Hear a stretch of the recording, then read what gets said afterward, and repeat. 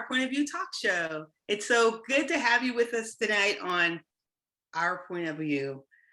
Tonight we're going to be talking about, we're going to be doing our update on the coronavirus and the coronavirus vaccine.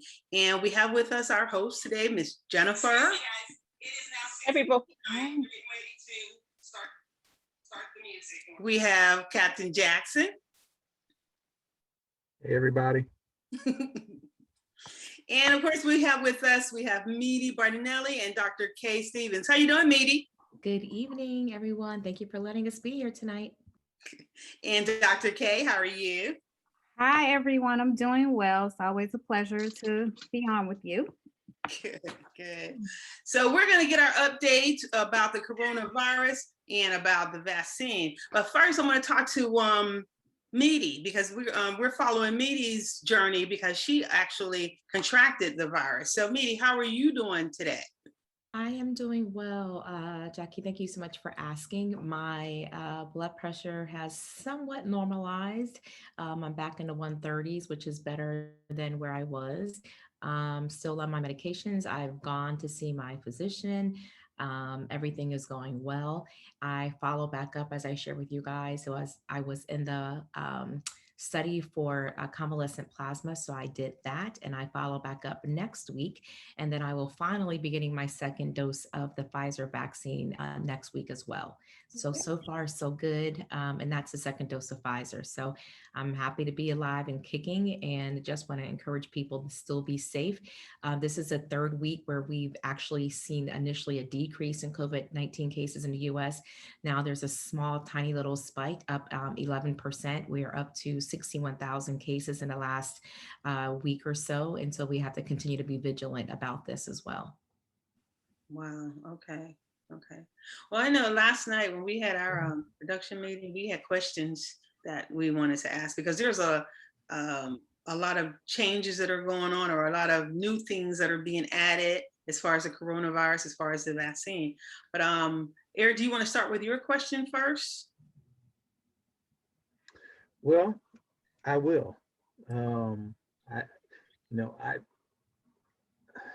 Between what I'm having the opportunity to read in combination with what I'm also seeing and hearing, I see that there are some changes, I know, relative to businesses and more specifically to schools. And my question is, one is two parts. One, have you heard with the, okay, I'm sorry if there was a break there. Have you heard where the CDC has made some modifications to the initial the physical distancing distance from 6 feet to 3 feet? Are you seeing those those? So are kind of want to get your input or see if you have heard some of those same things.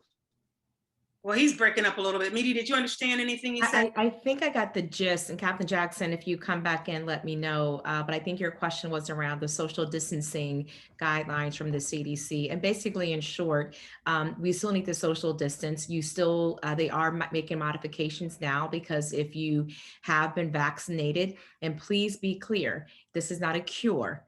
Vaccinations help you to reduce serious onset of symptoms, right? And it's 95% effective with Pfizer and Moderna, and it's a little greater than 85% effective with Johnson & Johnson with the one dose.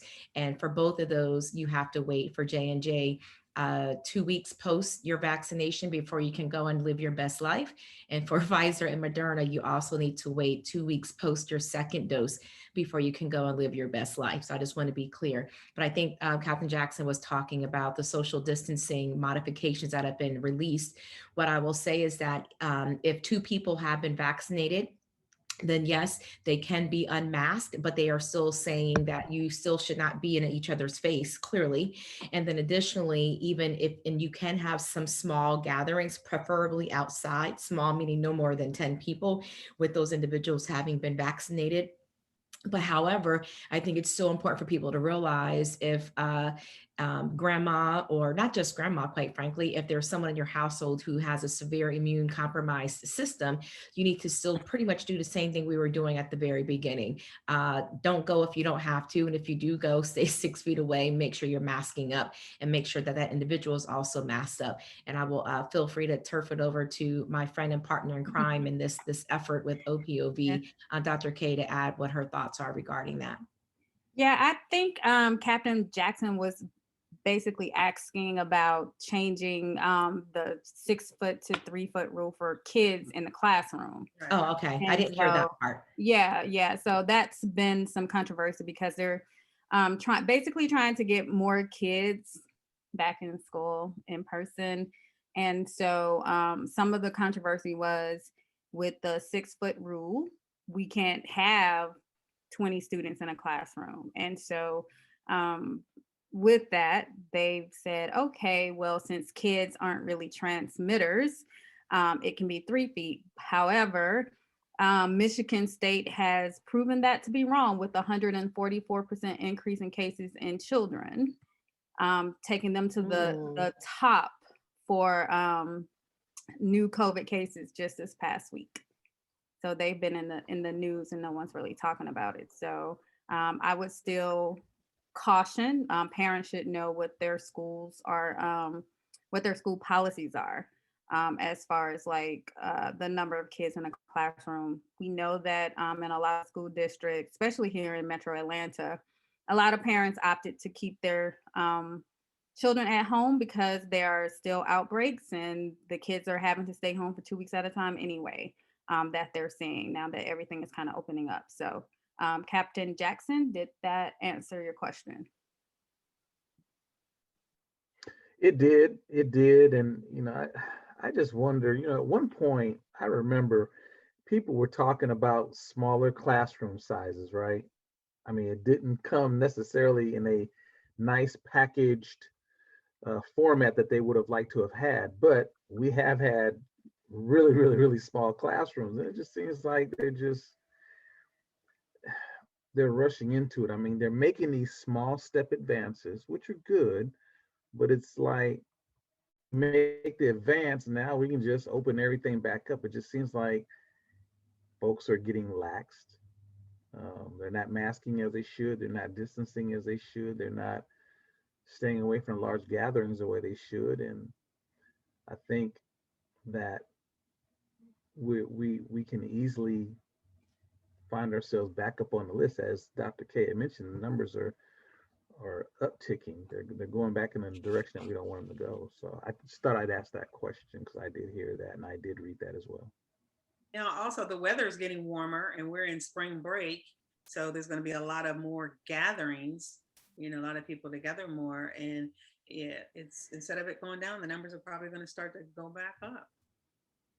And to your point, Jackie, what I actually misspoke, it was actually, and I double checked my notes from going to the CDC website, is that our cases have gone up for the 5th consecutive week. And so clearly we're already over 30 million cases in the US. And so, yes, the spike isn't what we initially saw, 50% overnight, like it initially was back early on, but it's still going in the wrong trajectory. So it seems like every time we start seeing downward trajectory, then we start having this sawtooth effect. And so that's where we have to make sure. And that's where, as Dr. K has been educating us, that every time the virus gets to another person, it has an opportunity to replicate, it mutates, and then that person transmits it to someone else. They travel, they do whatever, and then that's where you start seeing these varying variants that are popping up throughout the world. And so at the end of the day, I do think that there is an opportunity for us to, as you said, Captain Jackson, kind of take a step back. Clearly, the world needs to open at some point, but how we're doing it, how safe are we doing it, and the efficacy by which we're doing it is where I think we need to turn our attention to make sure that people are informed with the information. And my concern, even as a parent of a high schooler who hasn't been back since December, is, really making sure we're really having blind trust, right? And public health only moves as fast as trust. And so we have to ensure that, for example, if Dr. K is my son's teacher, that she didn't decide to go out of the country last week and come back and not really tell anybody, and now she has something. Or my son, who plays lacrosse, that if something happened, I'm trusting that those players and those teammates are not going out and doing things where they're putting themselves at risk. And so that, again, you have blind trust in the public. And so this is a scenario where truly there's different diseases, and I know Dr. K would appreciate this. There's things that are infectious and contagious. And at this point, this is very highly infectious, because there's other things. For example, HIV is contagious, but it's not something infectious if I don't go and actively have sex with someone or using a needle or come in contact with blood, right? So that's completely different. This is so highly infectious because it's an airborne disease. So if you're in that space, that's what makes COVID-19 different. And we are still working very diligently, trying to learn.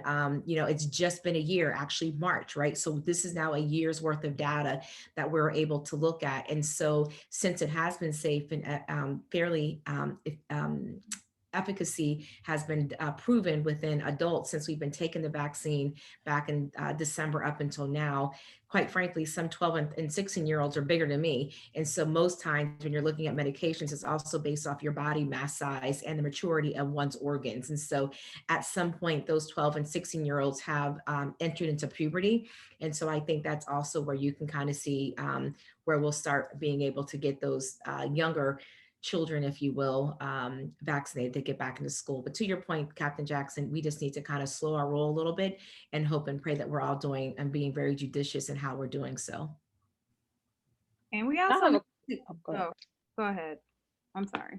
No, you're fine. I was going to say, how concerned should we be that there are several states whose legislatures and judicial systems are fighting against the mask mandates? For instance, I believe I think it's Wisconsin and then like Arkansas, different states like those, they are going against the governors or other people who are putting these mask mandates in place, basically saying that they're not allowed, they're not authorized to, have them. So how concerned should we be about the fact that these are, these are the issues that we're having? And that's exactly where I was going, Jen. Oh, That okay. and that's exactly what I was about to say, that with the states basically taking away mandates or ending mandates to wear masks, it gives a false sense that we are in a good place and that people don't have to keep up the same habits of the mask wearing while they're out and the social distancing. And so it's basically going against public health again, sort of like we saw at the beginning of the pandemic, where it was like, oh, you don't need to wear a mask, and people stopped wearing masks, and then numbers increased. And so now when you have states like Texas and some of the others that you mentioned saying, hey, we're taking away, the mandate that you have to wear a mask, this is the outcome. These are the types of numbers that you're going to start seeing in large numbers. And we're not even going to talk about Florida and how they basically underreported by thousands and thousands of cases, their positive cases, and how everybody flocked to Miami for spring break from all over. And then what did they do? They went back to their respective places with their COVID clouds, as I like to call it. So you're on point by saying that, because it's giving people a false sense of security. And that's the last thing that we need right now, because I actually wanted to have a decent summer, but realistically, looking at numbers from an epidemiological perspective and just looking at European countries who did get it right, and they shut down and they did everything that they were supposed to do, but these variants are basically wreaking havoc again, because people are letting their guards down. And here in the US, we had no care for one another anyway. So it's terrifying. I'm just gonna just put it out there. It's terrifying. Yeah, I mean, seeing the news and just seeing like with the issues with the spring break, how the cities, they've lost control. They're not able to get a handle on these things, specifically in Miami. They're trying to change the rules as far as how late they can serve alcohol. They're trying everything they can to see how they can get a handle on these things. And even their residents are going out to these meetings and they're like, you got to help us. What are we going to do? These people are coming in and they're just wreaking havoc on our cities, and they're getting nowhere with it. And so at what point do people take this seriously? At what point do they realize that we're doing more harm than good by not listening to the CDC, not listening to, the World Health Organization and the scientists? And, Well, Jen, when do we learn? To your point though, Jen, I think that speaks to just kind of also, don't forget the political climate upon which we just escaped within the last 3 months, right? It's only been 3 months now. Right. And so not even 3 months, I'm sorry, it was January 21st. So yes, not even 3 months. So we have not even really fully evaporated the condensed fog that was over our country from the political conversations that were being held from our previous administration. And so because of so, when you have misinformation, miscommunication, it leads to misinformation and mistrust. When you have mistrust and you have misguided behaviors, and those misguided behaviors leads into the United States still being the second country with the most highest rates after Brazil. And so we're supposed to be the world's leading power and authority. Heck, Canada got it right because they're not even in that top number. So I don't know what they're doing, but they clearly are doing better than us. And so it's literally Brazil, the US, and then India with the continual increase in cases daily. And so at some point, we need these shows, our OPOV, and Jackie allowing us to come on and sharing with you and Captain Jackson with Dr. K, just kind of continuing to get the message out, making sure that we're role modeling those behaviors. And particularly within the Black and Brown communities, ensuring, as Dr. K said, in some of those other states, that you still need to wear your mask, you still should social distance. And if we do those things, we can see it. But I don't foresee us getting back to quote unquote normal, whatever that is, definitely not till next year. We need way more individuals to get vaccinated right now. When I looked today, and let me double check my notes so I can speak completely, we only had according to CDC over 150 million vaccines given, and that number that I'm giving you is not necessarily equating fully vaccinated, because even in the District of Columbia, there's only 17% of district residents, and I think it's actually 15 that are fully vaccinated. There's more that have at least gotten their first dose, so we have to keep that in mind as well for Pfizer and Moderna. And so we haven't even reached 25% of our population in District of Columbia, which is under 800,000 people, have not gotten are fully vaccinated. So again, until we get to that place and space where either we're vaccinated and or the cases are continuing going down for probably, what would you say, Dr. K, at least 30 days, I'm not going to really rejoice about COVID-19 being on the other side. So until I see a full month of continual decline in cases, continual declination in deaths, and increase in vaccinations and decreasing in hospitalizations, then I'll be happy. Okay, and you mentioned that you will be getting your second dose rather soon. Next week. Okay, next week. Can you remind us, when did you get your first dose? So for clarity, my very first dose was on December 23rd. I tested positive, well, obviously in 2020, December 23rd. I tested positive. My test was done on January 4th. It came back positive on the 5th. And on January 7th, I received, I entered into a study with Hopkins and MedStar Health System, was doing a joint study for convalescent plasma transfusion to see if you have antibodies, if that would work. And so that's what they're doing to reduce severe complications of COVID. And so because I entered into that study, I needed to wait 90 days post, because I had lab work done 3 separate times since then. And they wanted to make sure that obviously my antibodies or whatever that I would have would not be interfered upon just because I had my second dose. So that's why I had a delay in getting my second dose. And so that 90 days will be up next week. And then the very next day, I'm getting my second dose of vaccination. Okay, and so even though it's been since December since you had that first dose, it's not going to affect the impact of that, or you're still okay with just getting the second dose? Correct. Okay. All right, wonderful. All right.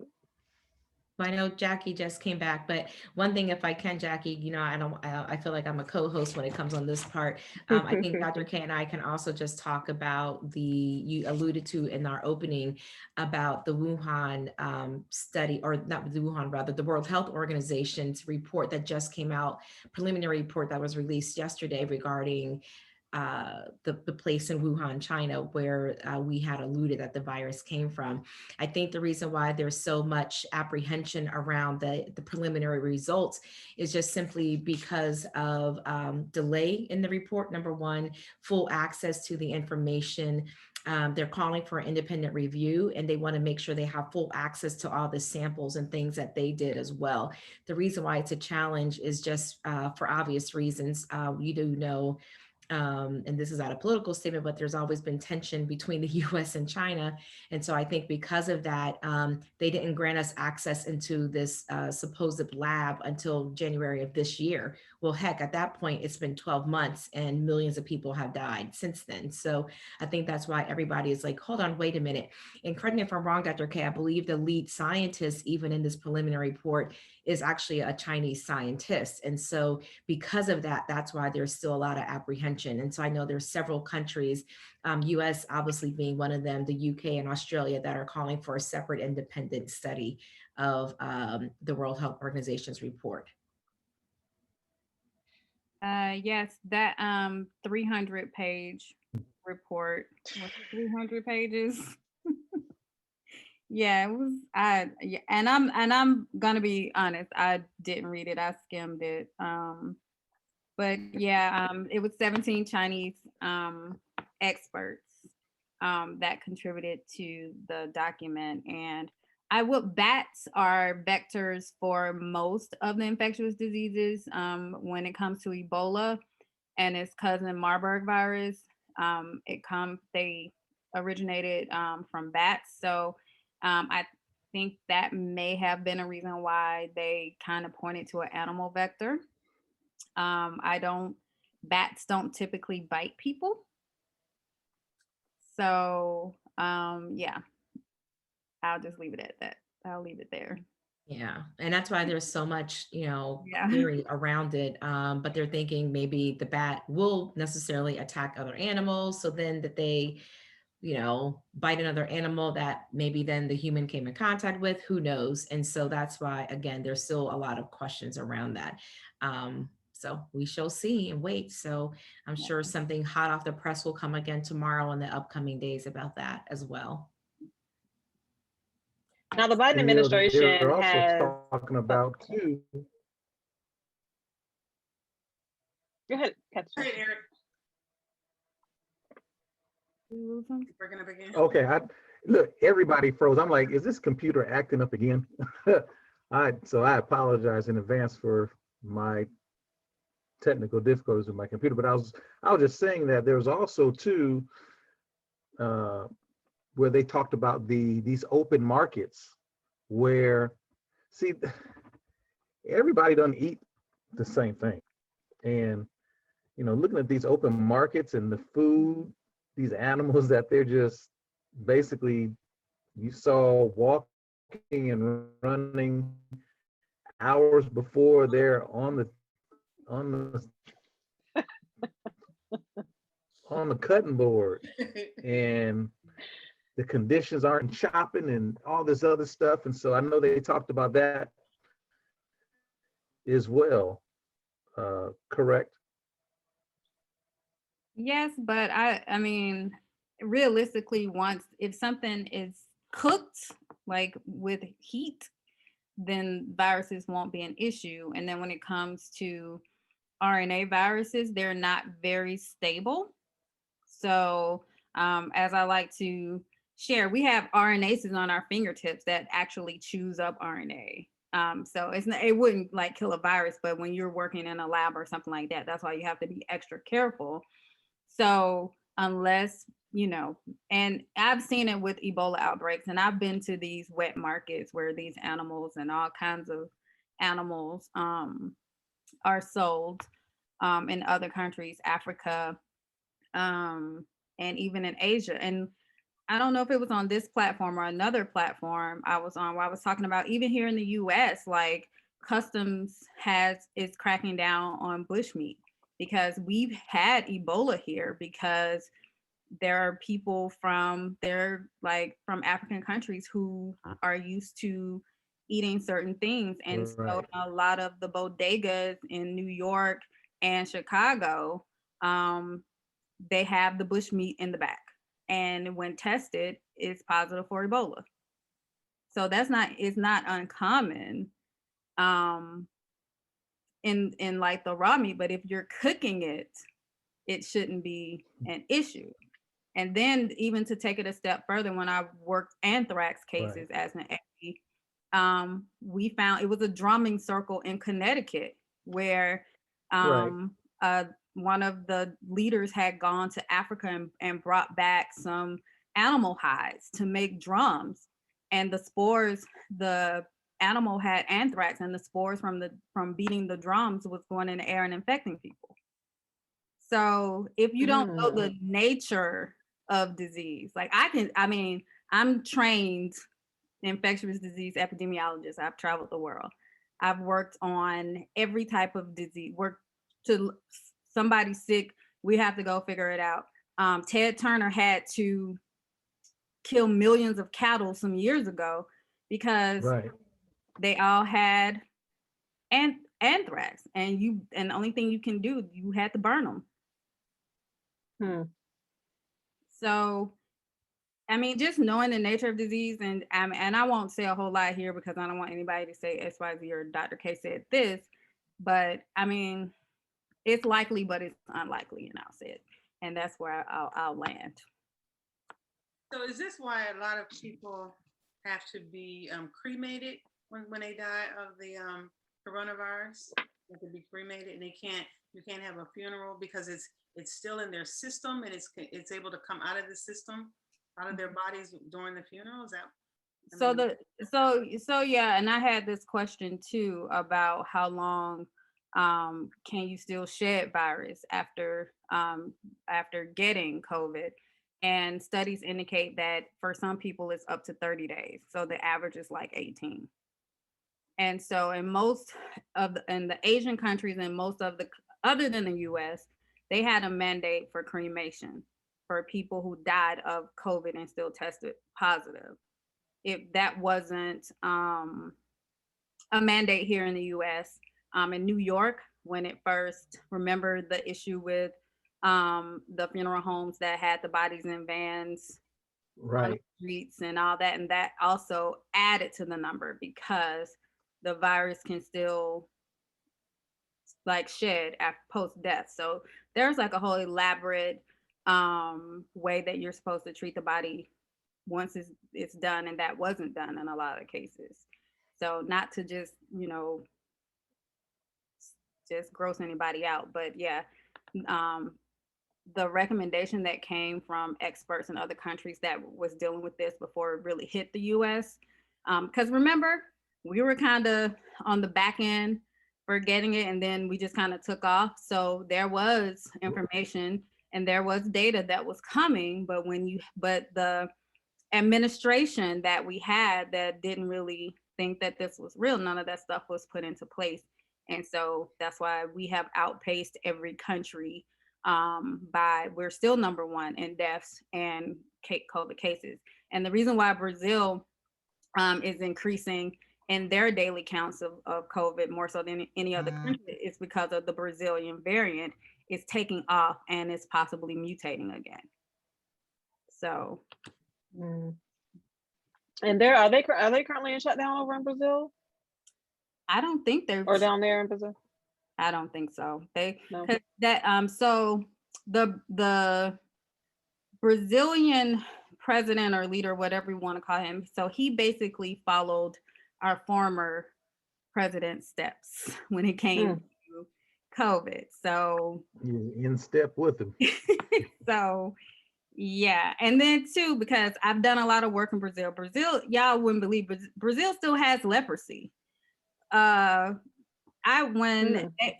they had the World Cup soccer game and then the Olympics there, they didn't even have a health infrastructure because they put all of their money into cosmetic surgery health. And so what the CDC had to do, and I can talk about, we had to set up a disease surveillance system because all of these people were going to be coming to Brazil. And they had no way, if there was an outbreak of anything, they wouldn't know because they didn't track it. And so that was one of the projects that I worked on. And so remember so I'm taking y'all back because I'm like, this is what I do. And there's so many people out here who are experts that don't have a clue. And it irks me. But remember when the Olympics was there and the water was polluted and they couldn't even swim in it. Remember the NBA players had to stay on yachts on the water because of the living conditions. Oh, so goodness. go back and research that. I mean, Google it. It's there. It's public information. And so when we think about everybody wants to go there, it's a great vacation spot, but their health infrastructure is very poor. And they're considered a third world country, correct? Not necessarily third world, but they're not they're not up there. I'll say that. Well, I know folks are heading down there to have their enhancements. And they died there. A lot of people have died there. They don't even talk about that.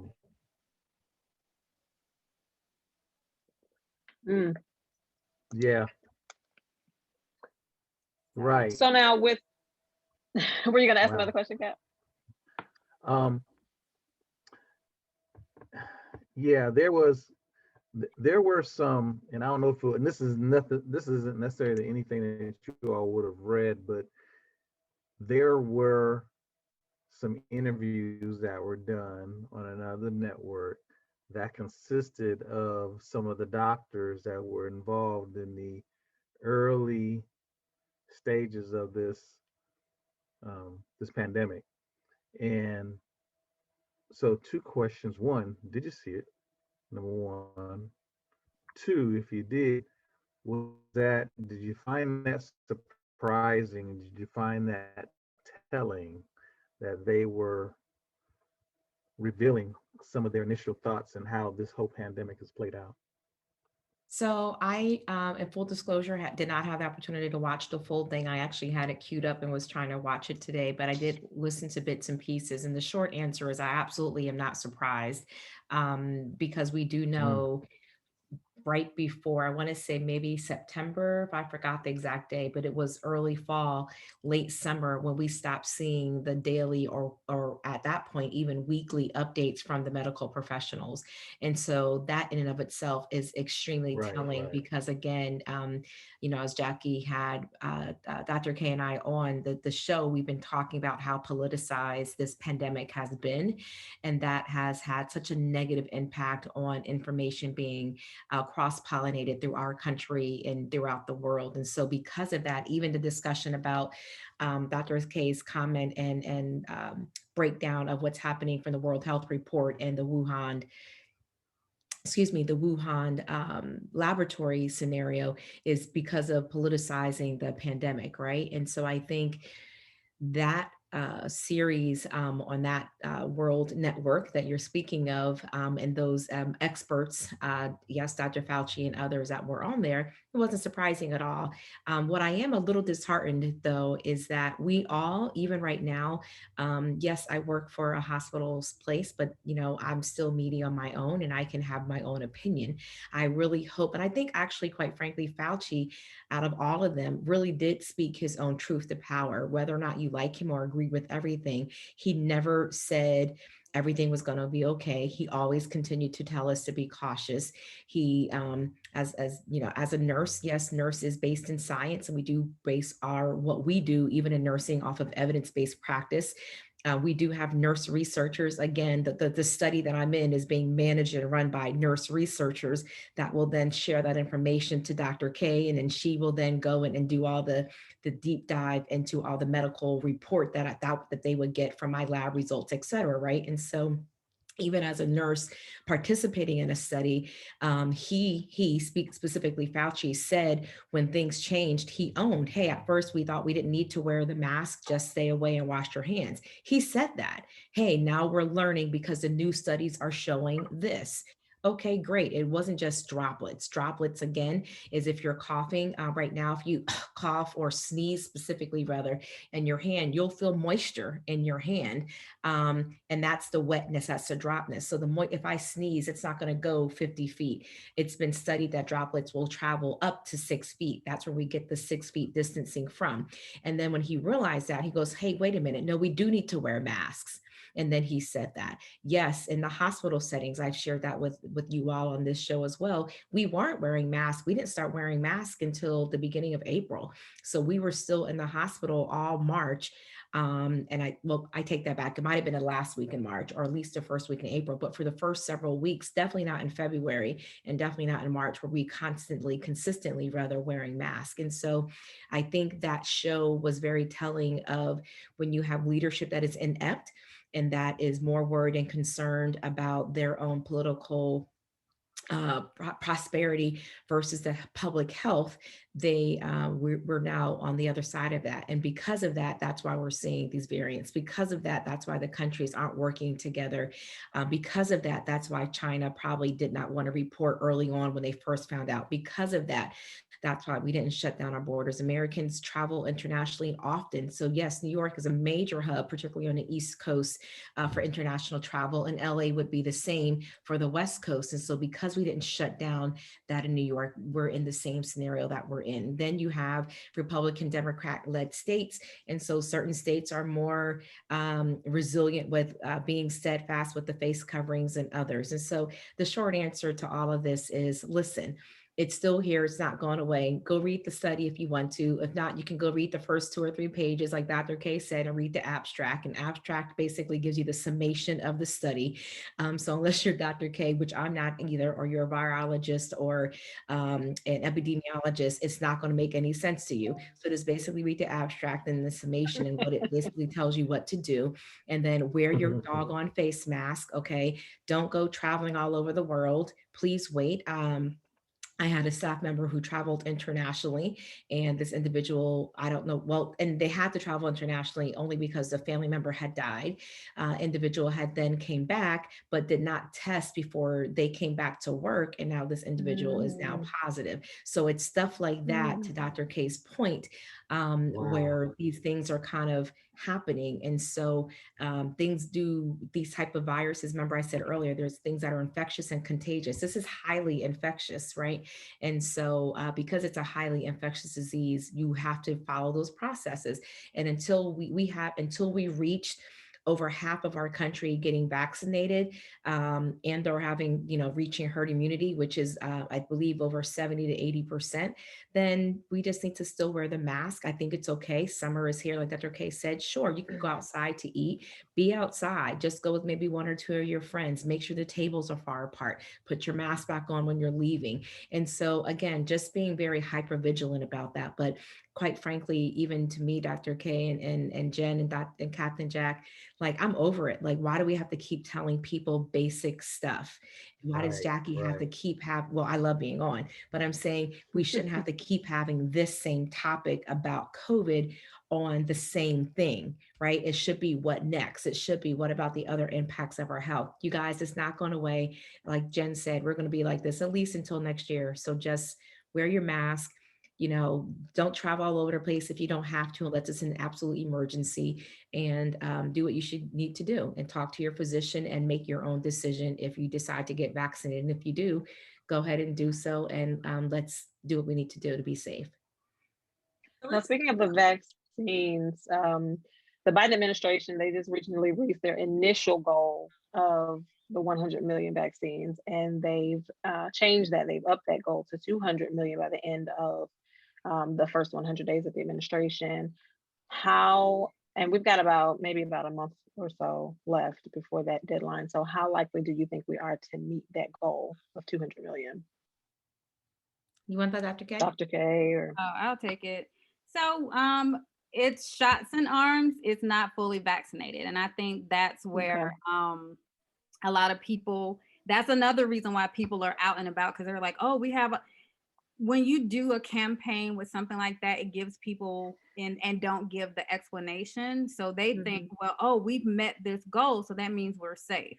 And it doesn't mean that. It just means 100 million people received a dose of the vaccine. You have to have two doses to be fully vaccinated. So if you really want to get a sense of where we are nationally, I think we're now at like 13% or 12% of the nation is fully vaccinated. So realistically, herd immunity, which everybody is talking about, we wouldn't reach that until the end of the year. And that's if we don't have the mishaps. I don't know if you saw where the company that was manufacturing Johnson & Johnson messed up like millions of doses. And the trends that we're seeing now. So the crazy thing is most people want Johnson & Johnson. There's a higher demand for the one shot. And most of the states thought that wouldn't be the case. But most people are like one and done. I want to be one and done. Okay. And so now you have people that are declining, like they're getting like some providers or sites are like doing like a bait and switch, like, hey, we have Johnson & Johnson, and you get there and they say they've run out, but you can still get this. And people are saying, no, I don't want that. I don't want, the mRNA vaccine. Because in essence, they've made these vacation plans. They want to go on vacation. They want that. Okay. And I get one shot. It's coming up. Wait, break. I don't want to wait. And then you have to wait like 2 weeks after like your last dose before they recommend. And they're like, no, I want this one shot. I've already scheduled my vacation. I'm trying to go to Miami. My spring break. And this is what I want to do. Right. So it's good that people are doing that. Wow. There's still some vaccination inequities, and it has a lot to do with communication. How do I get vaccinated? Like people still don't even know like how to go and register for a vaccine. So it's so much that's going on that the government just hasn't touched on. Like these mass vaccination sites, certain sites are requiring people to show an insurance card or ID, and that's making them, there's a discrepancy with that. We're seeing that here in Georgia. So But Dr. K, Georgia has a lot of issues with IDs. Okay, so let's just look. We even want to go there. That's a whole nother conversation. See, it's like I was trying to We need to leave get that our alone. state rep on here. for Captain that Jackson, conversation. you guys are gonna need an ID just to get gas in a minute. So pretty much if I want to buy food at wherever. It is so bizarre, but it makes people turn around, because if you have the homeless population and they're like, okay, I'm gonna go here to the Mercedes-Benz Dome, and get vaccinated, and they're wanting all this stuff. You have people that are like, why are you asking me for my insurance card? And so what that does is make people say, I'm not even going to bother with it, and I'm leaving. So there's so much, and there's no consistency. So it's a lot that we have to do. We have to, continue to have these types, unfortunately, forums to let people know you don't have to show ID. You don't have to show insurance. If you register and you show up and say, I'm so and so, and that name matches, or whatever, they will ask you for like your date of birth, because they do have to register your dose in the state system, so that they have to match in that way. But don't let that be a deterrent if you want to be vaccinated. The other issue that we're seeing is for those who are hearing impaired. So how are you communicating to them when they get to these vaccination sites? Well, I can share as it relates to vaccination sites. I'm really proud that DC is really putting forth a lot of effort. I'm actually participating in one with Cora Mastersberry, Marion Barry's wife is working in Ward 7 and 8. And so I know Dr. K knows from going to Howard, that's east of the river, which is a predominantly African-American community. And so they're working to get 3,000 shots in arms this weekend, and collaboratively working, with Howard University Hospital, George Washington University Hospital, and United Medical Center to really make sure that, I think it's an access issue as well. I don't buy into any longer, the more I hear and the data that I'm seeing, that Black and brown people don't want the vaccine. Quite frankly, it's what Dr. K said. It's about their ability to have access to it.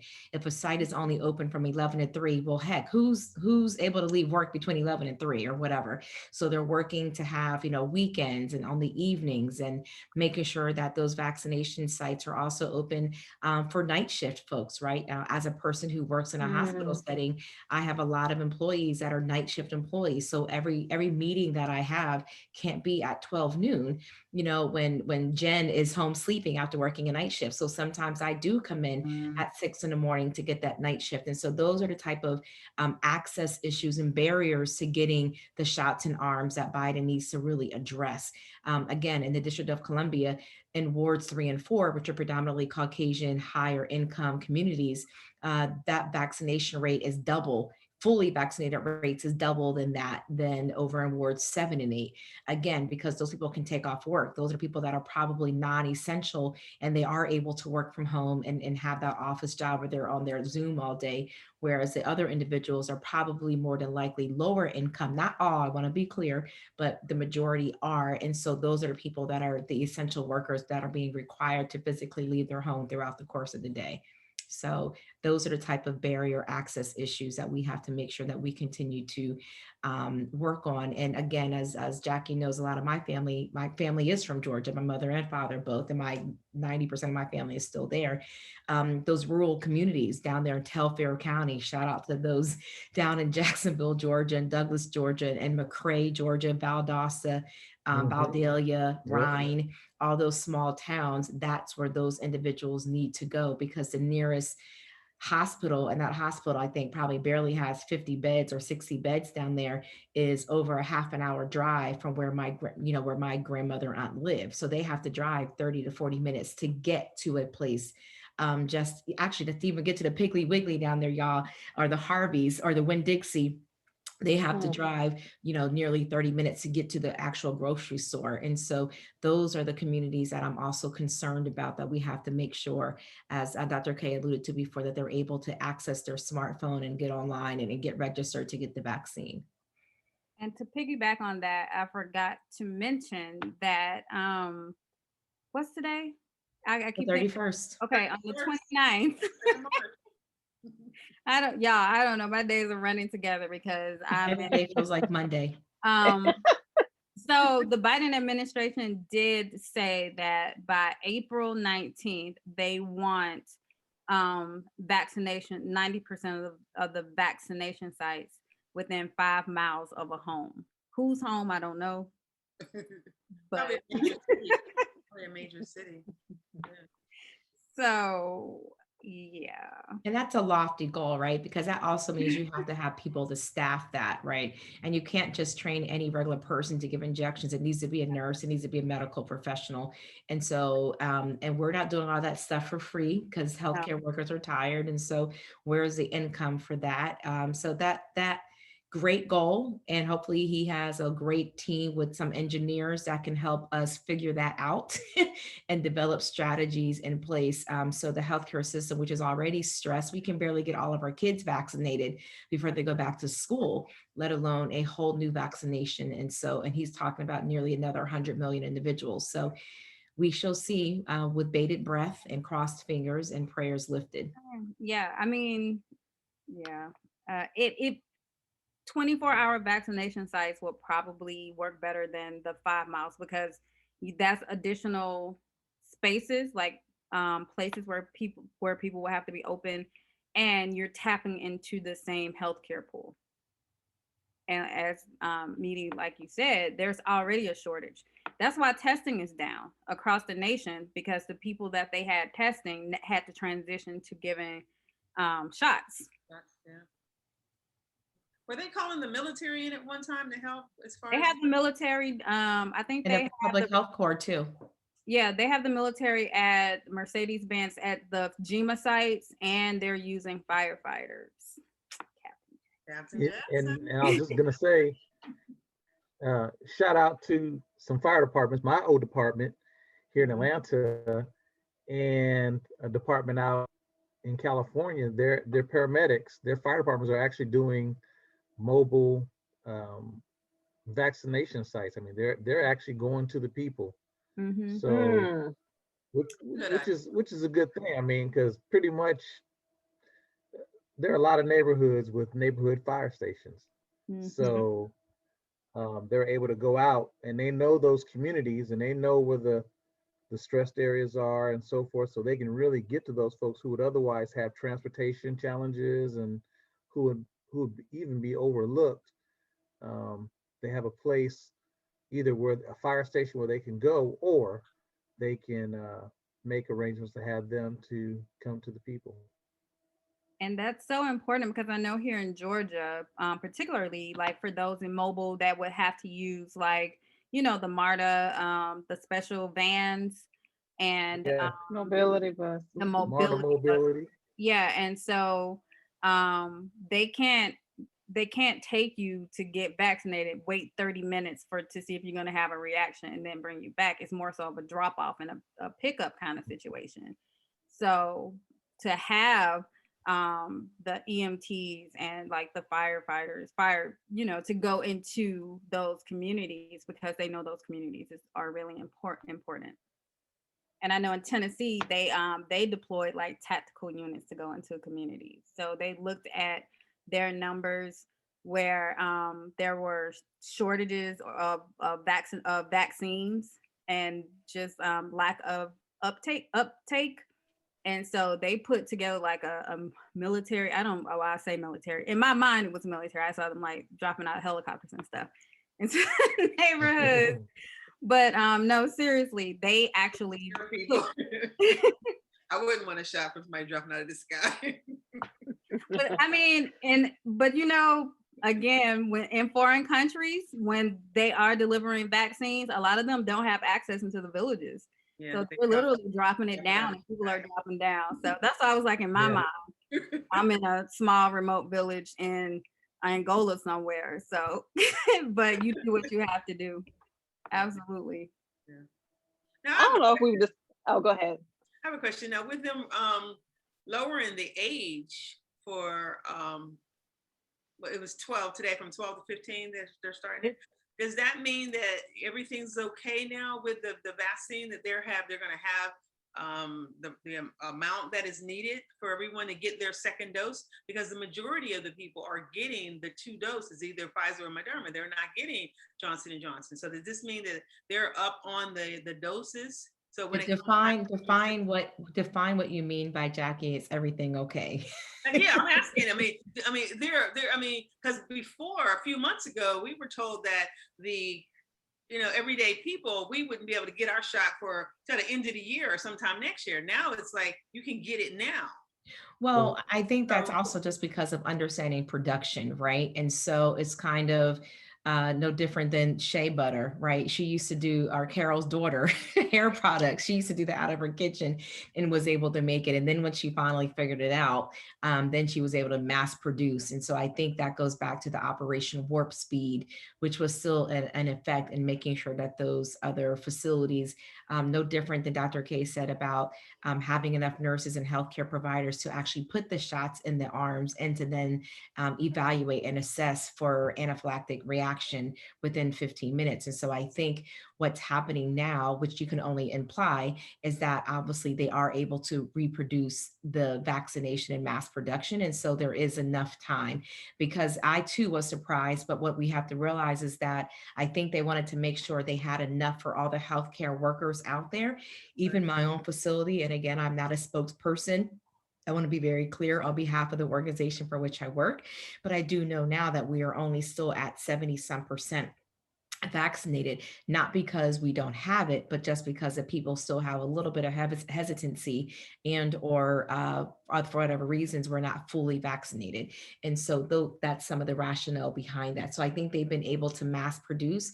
And so now they are able, and I think they started doing children once they realized the majority of adults were okay, right? They had not seen, a lot of deaths, et cetera, from the vaccination. And so they can start lowering that age a little bit. And again, I think part of it is also, and I don't want to use the word political, but I think part of it is just, the country is on lockdown. And I think that they're trying to figure out ways and how can we slowly but surely get those kids tested. And Dr. K, if I'm not mistaken, the number of children tested has not been the same as the initial 50-some thousand that they did prior to the first EUA being authorized for Pfizer and or Moderna at that point. And so that's another thing too.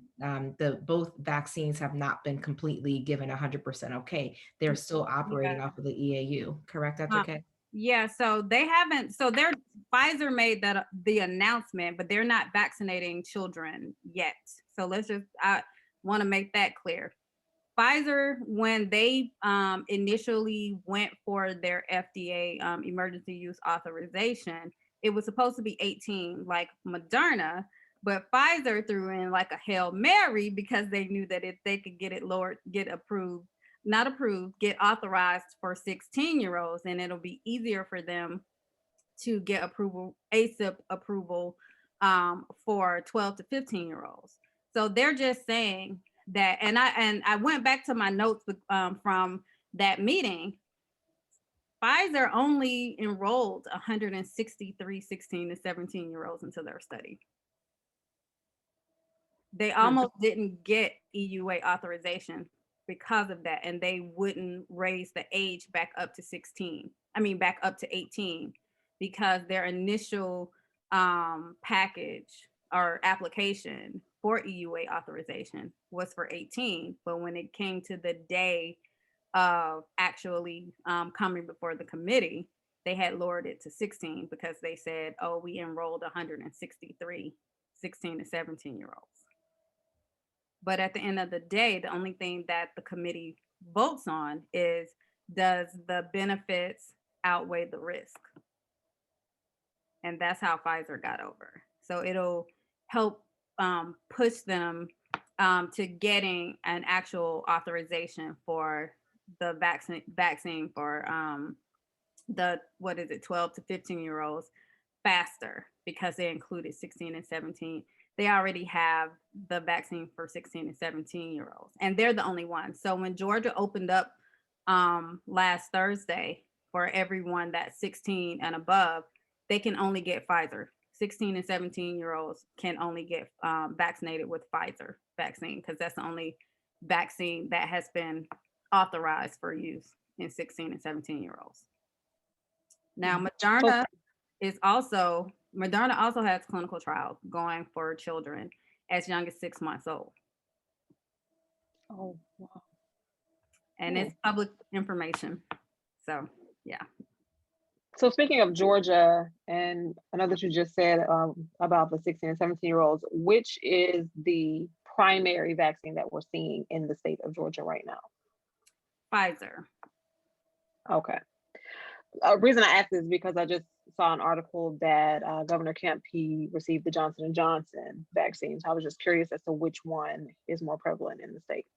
I will say that now there's a higher request for Johnson & Johnson, but it was greater than what the manufacturer or the government anticipated because it wasn't as high as 95%.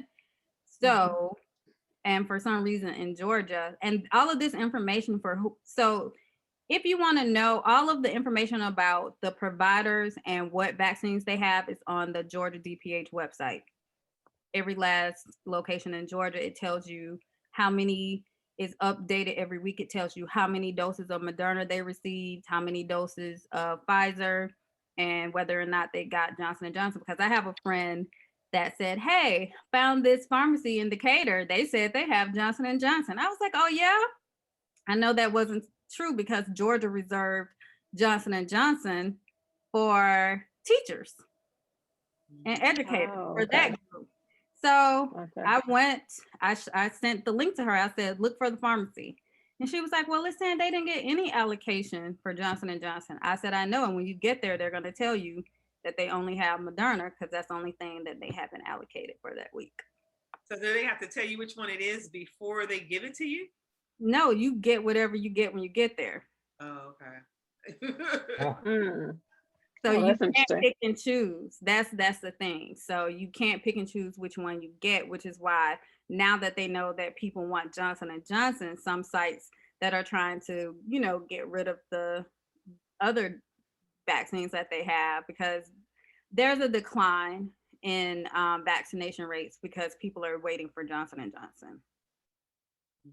So they'll get there and they'll say, well, we don't have it, or we ran out, or we only had 50 doses.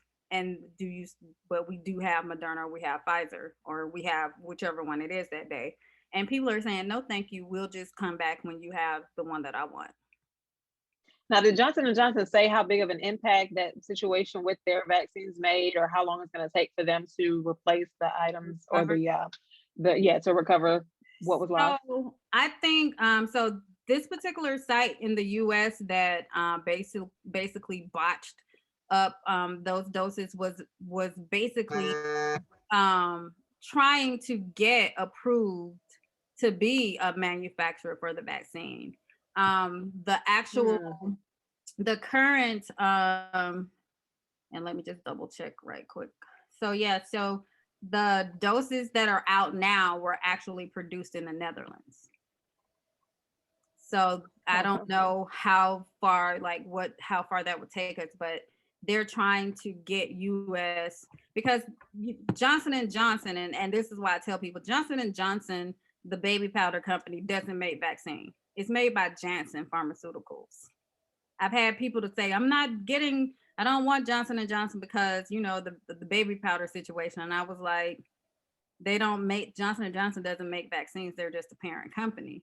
And I was like, plus Johnson & Johnson didn't tell y'all to put baby powder in your underpants. Okay. And so then they argue back and say, well, people won the lawsuit. I said, because they didn't say not to. That's the only reason why people got payouts, because they didn't tell you do not use in your underpants. Okay. Yeah, it's semantics. But now my grandmama was putting it all up in here though. That's I what thought that was what it was for. You put it on, you sprinkle on the baby's butt, sprinkle it on the baby's Okay, butt. so I'm just going to Okay, for all of They you put it all on right the now. baby's booty. Our conversation just quickly made a huge pivot. Let's just bring us right on back. They're off the kitchen I have to admit, maybe that was really funny, but okay. We're just trying to lighten the mood because Well, but, at the end Well, of the day, heavy. we need to just understand, as I've just been trying to share, that health information and health literacy is so important and it's so key.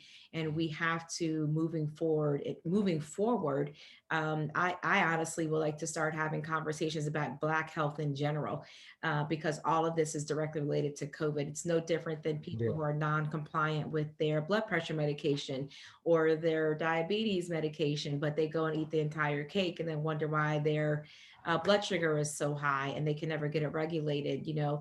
And so I think using this platform, Jackie, that you've allowed us to share with you over the last several months is so key. And we'll share with you all that we are seeing an increased number of other surgical cases that have been neglected for the last couple of months, right? You know, cancers are still happening, diabetes is still Right. happening, heart attacks is Heart still, disease, number one kidney killer. disease Yeah. is still happening, right? And so it's, you know, appendectomies are still happening. I actually had a staff member who had a ruptured appendix, literally, and had not gone to the Mm. hospital and called me. And I'm like, we work at a hospital, go to the ER. And so I just think it's so important for us to Mm. realize that every time, whatever conversation we have, we need to include Black health and wellness to make sure that we are always advocating and educating in whatever form or shape that we're able to do so to have a positive impact. Because if we don't do that, everything else we will do is completely negated. And so COVID-19 has again just completely ripped off a bandage of a wound that has never really been healed. We are still scarred, as we've talked about, you know, from all the medical atrocities that have happened to our ancestors for the name of medicine, right? For the name of science. And so now we see this very pivotal impact. And it's so ironic that all these vaccines are now being released and open and all these inquiries right on the heels of, not on the heels, quite frankly, but in tandem with George Floyd's case. And so we talk about healing the nation from our health pandemic, Right. but we now need to figure out, and I do wait with bated breath to figure out what is going to happen with the outcome of this jury and trial. So we all know, Mhm. and I'm not speaking this to an existence, Lord knows I'm hoping this is not the case, but I'm very fearful if there's not a conviction made and what that impact of that is going to be within our country as it relates to the tight racial tensions that are already here. And the other individual, I forgot where, that they're just now investigating that case where another individual was killed by a police officer. So at the end of the day, you know, this pandemic is greater, in my opinion, than just COVID. I think COVID was clearly the conduit as we're trying to figure out if it was a bad or not. But the COVID, I mean, this pandemic has been a conduit that has just kind of really highlighted a lot of inequities that we have, i.e. even our education system. I had the blessed opportunity, Jackie, listen, I love your show. It's one of my favorites that I've been on, but the best thing I've been on was a first grade health fair last week, where with these little children with their Zooms and asking questions about being a nurse and asking, was I scared to go into the hospital? And these kids are just so inquisitive, but at the same time, for the half-hour discussion that I had, you know, somebody logged me off, the Zoom buttons were going on. I mean, it was controlled chaos. And it was so cute and so adorable. Oh. But I just said to myself, wow, these kids have been trying to learn on Zoom with first graders.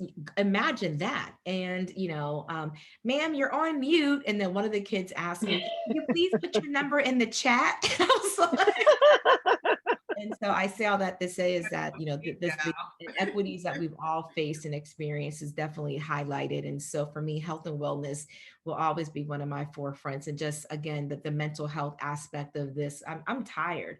Like, I'm tired of having this same repetitive conversation. I do it because it's a necessity and it's something that I think that I need to do. But we're tired I hear my dad, I'm tired of telling you the same thing over and over and over again. So, you know, it's kind of, I'm tired of telling people over and over again to wear a mask, you know, to wash your hands, you know, to not have a big party with 50 people or 100 people. So we shall see. Right. And we already know Easter is about to be Oh yeah, absolutely. I mean, I already had 3 text messages, 2 people actually from church about, hey, do you think that we can have Easter dinner? And I'm like, no, it's no different than Thanksgiving and Christmas. I said, They well, are. is everybody fully vaccinated? Well, no. Okay, then the answer is no. And have they been fully vaccinated with their second dose 2 weeks post? Then the answer is no. Mhm. But they're gonna do it anyway. because they want to be around their family. And They're like, therein lies the problem. yeah, yeah. Yep, therein And- lies the problem. And they've misinterpreted the CDC information, because CDC said with one household, you can gather with one household. But again, with health literacy, particularly in Black and Brown communities, a household is my aunt and uncle and all her kids and grandkids and whatever. It's not a house, it's like a family, one family. Multi-generational. And so I already know the spike. We're gonna see another spike added on to the And spring break spikes. Is so the public health community is already expecting a fourth peak. Yeah. And DC continues to still be in phase 2 with slight modifications. So we have not completely, opened up yet. So, for those other states that have been pressured to do so, we can just only hope that the majority of people will still abide by the public health professionals' opinions and recommendations. well, I just saw a message pop up on my phone from couple of the news networks here saying that the governor just signed some executive orders rolling back some of the COVID-19 restrictions. They are kind of specific with some date. One of them's with the date between the 8th and the 30th, and then the other was rolling back This is in in-house Georgia, Captain Jack? quarantining. This is in Hello? Georgia. Mhm. Yes. Oh. Yes. So, that cloud that you talked about earlier, yeah, That COVID cloud. that COVID cloud.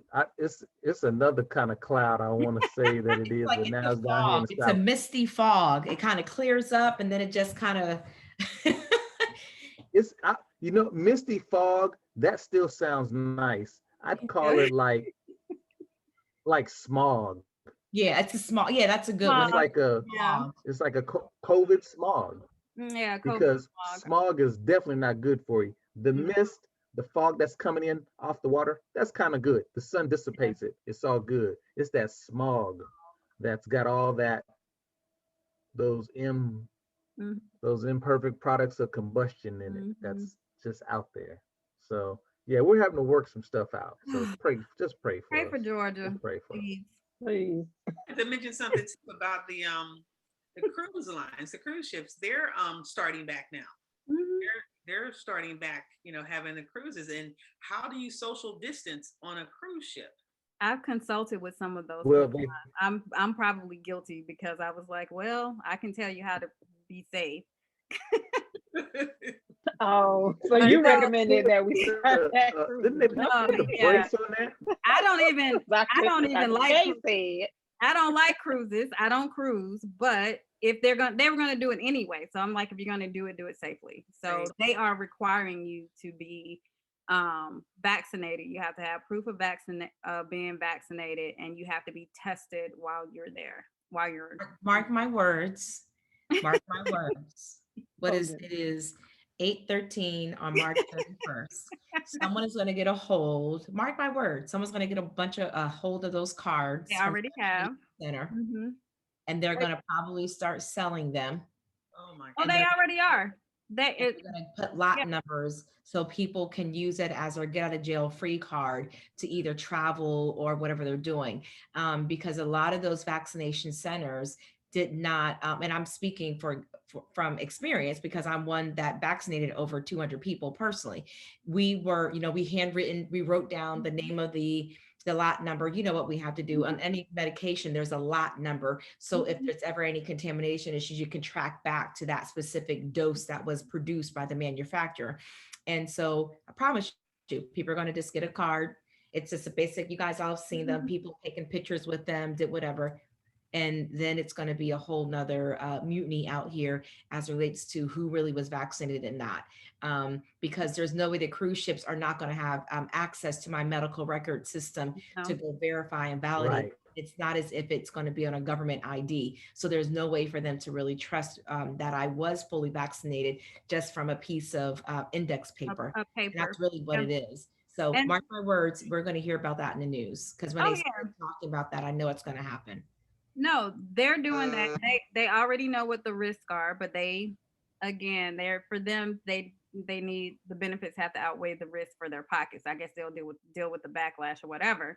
But even New York is considering having like vaccination passport type things. But people have already. That's why they told people stop posting your information on social media because people they are taking those lot numbers, they're taking your information and putting their names in the lot number, date and time or whatever, and they're faking these documents. So Mhm. But they're putting their life at risk doing that, you know? they don't care. They're using Don't those care. cards and they haven't, actually been vaccinated. They're putting their life at risk. That's what they're doing. Crooks don't care. And others, and others. They're putting everybody else at risk because these people are having events thinking that these folks are vaccinated when they're not. Yeah. Right. So and even with I'm just gonna put some NFL leagues, they're trying to be at full capacity in their stadiums come August. Okay. Right. They are. And they're And that's sad. they're like, oh, well, fast. that's why people they just, if they buy tickets, they have to have proof that they're vaccinated. And I said, and what is that going to prove? Because this is endemic now. COVID is endemic. You're going to have to be vaccinated every year. They don't even know how long these vaccines last. So Pfizer now, is it Pfizer or Moderna? One of them actually sent additional data to the FDA because they're like, okay, we have additional data for our vaccines and these variants. So these are the people that would qualify for a third shot. So let's talk about that.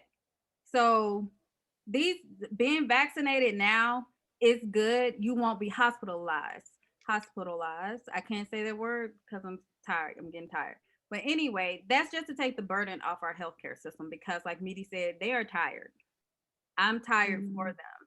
They're sick of y'all going out here partying, buying sections and popping bottles, and then hopping a flight to Miami and Cancun and wherever. Then you come back and you're like, oh my, I'm sick. Y'all take care of me. And it's not fair. Exactly. It's not fair. With an exclamation point. Yes. And so but that's why you get vaccinated. So at least have the decency. If you know that you're not a mask wearer or you're not a social distancer, have the decency to be vaccinated. That's all we're saying. So you can take the burden off of Midi and her colleagues and the rest of the healthcare workers who are just plain tired. This is their year in and they're tired. I'm tired because when this first started, I was probably sleeping 2-3 hours. Okay. Because I had to keep updating data, like what what the numbers looking like now. So Wow. that's all we're saying. So don't get comfortable. My message, if I had to end with something, Right. do not get comfortable because we're not there yet. Don't let these 100 million, 200 million, 500 million doses by such and such time fool you. It's just political buy-in for an administration. I'm not against it because I'm like, hey, whatever it is to sell, whatever, whatever. But be intentional with your messaging because it could have a negative effect because people don't understand what that means.